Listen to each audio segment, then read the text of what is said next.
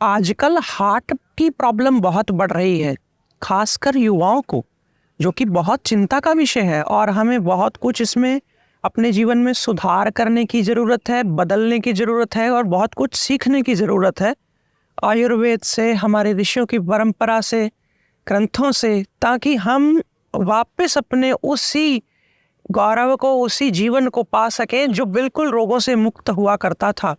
लोग अपने काम खुद किया करते थे, दौड़ते भागते थे, कोई दिक्कत नहीं थी। लेकिन आजकल थोड़ा सा भी लोग व्यायाम कर लें, जिम कर लें, तो उनको हार्ट अटैक आ जाता है वहीं पे। ये मैंने पिछले 1-2 साल में बहुत सारे केसेस देखे हैं, खुद भी सोशल मीडिया पर भी, न्यूज़ में भी, आसपास भी।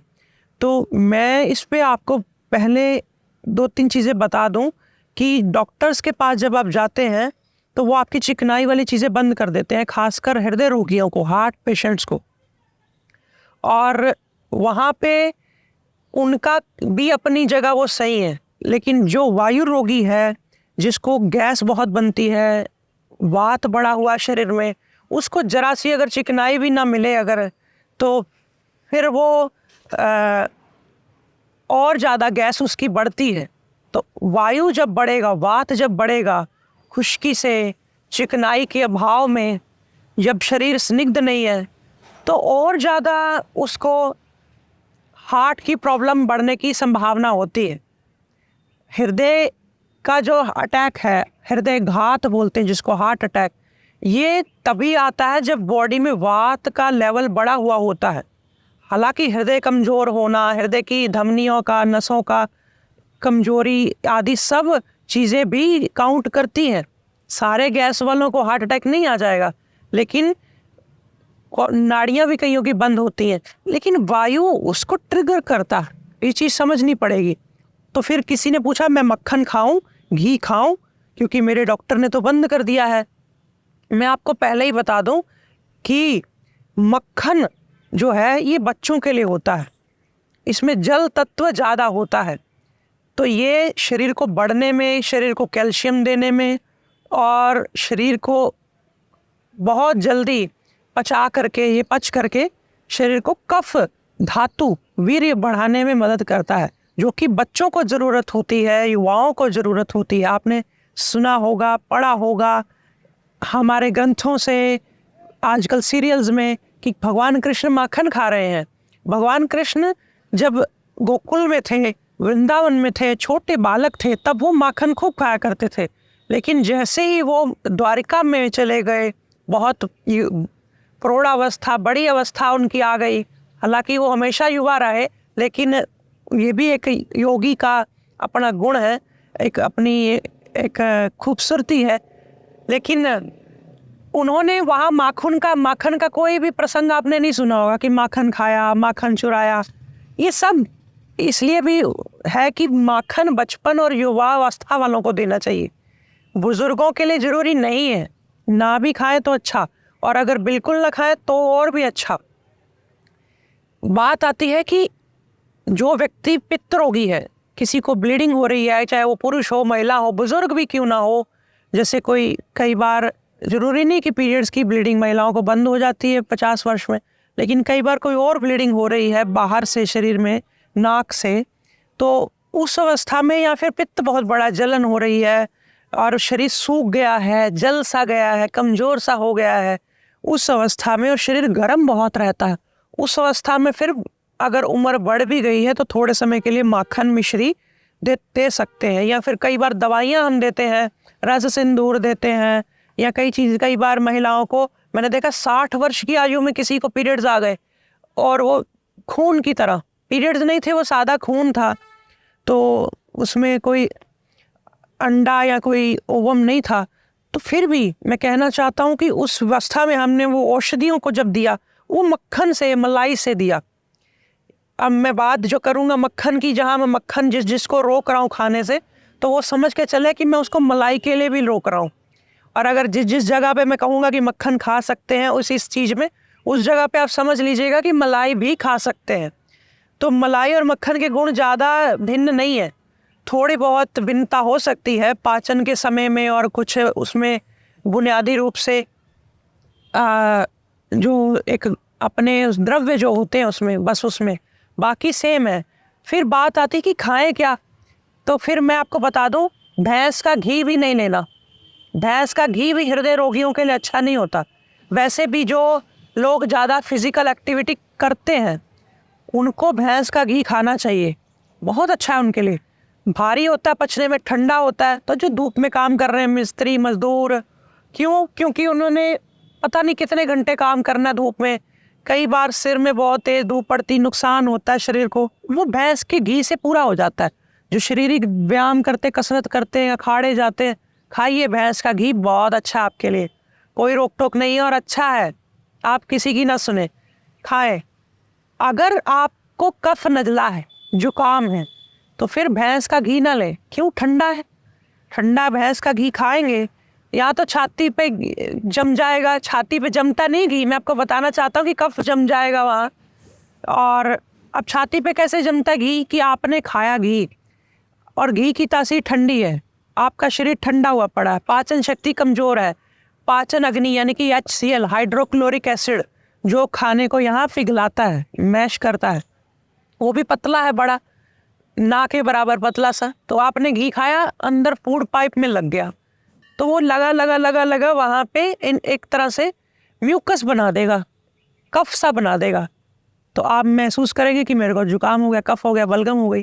तो ये होता है घी का जमना, वैसे कोई यहाँ जमता नहीं है, तो ये चीज़ भी नहीं करनी है। गाय का घी, अब गाय के घी में भी कई लोग कहते हैं जर्सी गाय का घी, मैं उसको गाय का घी नहीं मानता, क्योंकि उसमें ना तो स्वर्ण का कोई गुण होगा, ना उसमें ऐसे तत्व होंगे जिसको आजकल कह देते हैं A2 प्रोटीन। ये बहुत अच्छा प्रोटीन माना जाता है, आजकल की रिसर्च में सामने आया है कि ऋषियों ने गायों की ब्रीडिंग किस गाय को किस गाय से करवानी है और कौन गायों का कुल, जैसे कि एक बछड़ा जो है वो अपनी माँ या फिर बहन से या चचेरी बहन से भी कहीं वो उसका गर्भाधान ना हो जाए, ब्रीडिंग ना हो जाए, इसका ध्यान रखते थे हमारे ऋषि। पूरा एक उनका मेंटेन करते थे ग्रंथ में, किसी पोथी में, कि भाई इनका कुल कैसे चल रहा है, कौन माँ है, कौन पिता है। उससे क्या होता था कि जो उसमें कुल गोत्र का वो ध्यान रखते थे गायों में भी, तो वो भी मनुष्य की तरह उन्होंने धीरे धीरे पीढ़ी दर पीढ़ी ये सारी जो आप देखते हैं आजकल अलग अलग प्रकार की गायों के, देसी गायों में प्रजातियां हैं, कोई कांकरेज है, कोई गीर है, कोई साहीवाल है, ये हरियाणवी है, थार पारकर है, ये सब इसी तरह से उन्होंने बनाई। और कुछ फिर उसके बाद जो हमारे बहुत वडीले बुजुर्ग, उन्होंने भी इस परंपरा को निभाया। तो इससे जो उनकी गायों के दूध में, घी में जो परिवर्तन हुए वो काबिले तारीफ है, मतलब उसका कोई तोड़ नहीं है पूरी दुनिया में, चाहे वो जर्सी गाय क्यों ना हो। अब जर्सी गाय वालों ने भी करा, जीन्स को चेंज करा, उसकी म्यूटेशन कर दी जीन्स में, हमारा जेनेटिक कोड जो गायों का था बदल दिया, किसी सुअर के स्पर्म से कुछ जेनेटिक ले लिया, किसी से ले लिया, उसको चेंज कर दिया, ये बड़ा उन्होंने छेड़छाड़ करी, उससे जर्सी गाय बनाई। अब जर्सी गाय का जो घी दूध है, दूध तो ज़्यादा देती है वो, लेकिन उसका ना दूध में उसके जो मेधा बढ़नी है, जो स्मृति का विकास होना है। लोग मुझे पूछते हैं फ़ोन करके, आपने दवाई दी, मेरे दिमाग की सिर दर्द नहीं बंद हुआ, मेरे को आपने ये मेमोरी की दवाई दी, बहुत ज़्यादा असर नहीं कर रही। हम बताते हैं वीडियोज़ में कि बहुत असर करेगी, तो वहाँ लोग सोच में पड़ जाते हैं ये हो क्या रहा है।